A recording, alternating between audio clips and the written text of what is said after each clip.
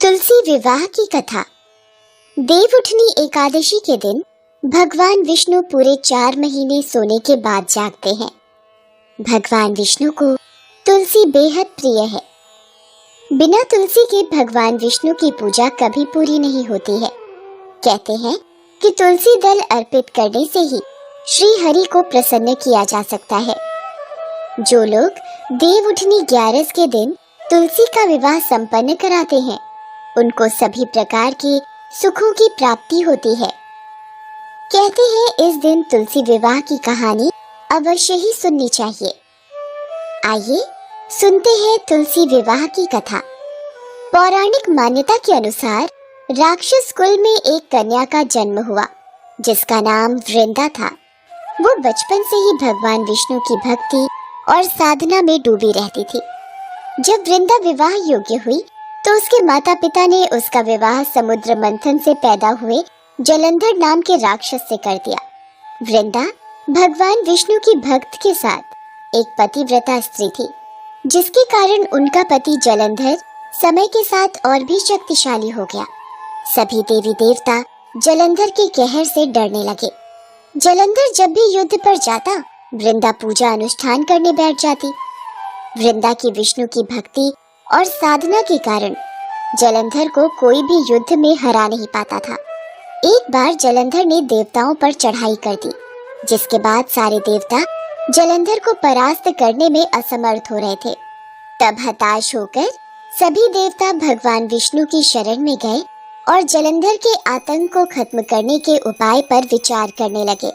तब भगवान विष्णु ने अपनी माया से जलंधर का रूप धारण कर लिया और छल से वृंदा के पतिव्रत धर्म को नष्ट कर दिया। इससे जलंधर की शक्ति कम होती गई और वो युद्ध में मारा गया। जब वृंदा को भगवान विष्णु के छल का पता चला तो उन्होंने भगवान विष्णु को शिला यानी पत्थर बन जाने का शाप दिया। भगवान को पत्थर का होते देख सभी देवी देवता में हाहाकार मच गया। फिर माता लक्ष्मी ने वृंदा से प्रार्थना की। तब जाकर वृंदा ने अपना श्राप वापस ले लिया और खुद जलंधर के साथ सती हो गई। जब वो उसके साथ भस्म हो गई तो कहते हैं कि उनके शरीर की भस्म से तुलसी का पौधा बना। फिर उनकी राख से एक पौधा निकला जिसे भगवान विष्णु ने तुलसी का नाम दिया और खुद के एक रूप को पत्थर में समाहित करते हुए कहा कि आज से तुलसी के बिना मैं कोई भी प्रसाद स्वीकार नहीं करूंगा। इस पत्थर को शालिग्राम के नाम से तुलसी जी के साथ ही पूजा जाएगा। तभी से कार्तिक महीने में तुलसी जी का शालिग्राम के साथ विवाह भी किया जाता है।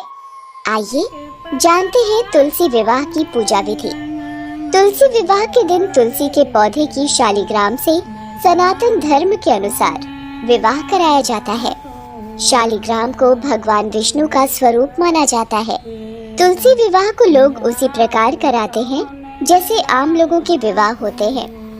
इस दिन पंडित जी को घर पर बुलाकर तुलसी के पौधे पर लाल चुनरी उड़ाकर श्रृंगार की सभी चीजें वस्तुएं अर्पण की जाती हैं। हिंदू धर्म के अनुसार तुलसी पूजा करने से विशेष लाभ प्राप्त होता है, इसलिए प्रत्येक घर में तुलसी विवाह को अधिक महत्व दिया जाता है।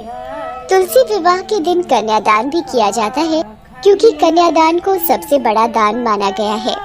तुलसी विवाह के दिन सूर्योदय से पहले उठकर स्नान करें, साफ वस्त्र धारण करें और व्रत का संकल्प लें। तुलसी विवाह के दिन तुलसी के पौधे को लाल रंग की चुनरी उड़ाएं। इसके बाद तुलसी के पौधे पर श्रृंगार की वस्तुएं चढ़ाएं। पत्थर रूपी शालिग्राम को तुलसी के पौधे के साथ स्थापित करें। शालिग्राम को स्थापित करने के बाद तुलसी के पौधे का विधिवत पंडित जी से विवाह करवाएं। तुलसी विवाह में तुलसी के पौधे और शालिग्राम के साथ 7 प्रतिमा कराएं और अंत में तुलसी जी की आरती गाएं। ये पूजा उन लोगों के लिए विशेष फलदायी होती है जिन लोगों के घर में बेटियां नहीं होती। तुलसी नारायण बीना कोमला गैली, तुलसी नारायण बीना पाता झार भैलन, तुलसी नारायण बीना 4 महीना जड़ काल के दिन 4